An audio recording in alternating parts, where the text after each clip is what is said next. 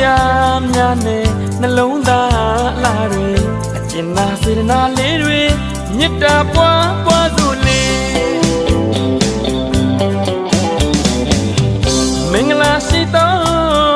ရက်မြတ်ခါပဲကြက်တီရှိသောနေမြတ်ခါပဲနန္ဒတတဝါတွေကြမ်းမာတတ်ပါစေခொနည်းသားသမီးများတွေဘေးရန်ခတ်သိမ်းငြိမ်ကြပါစေစိတ်ပဝေနှလုံးရွှင်ပြုံးအေးချမ်းကြပါစေ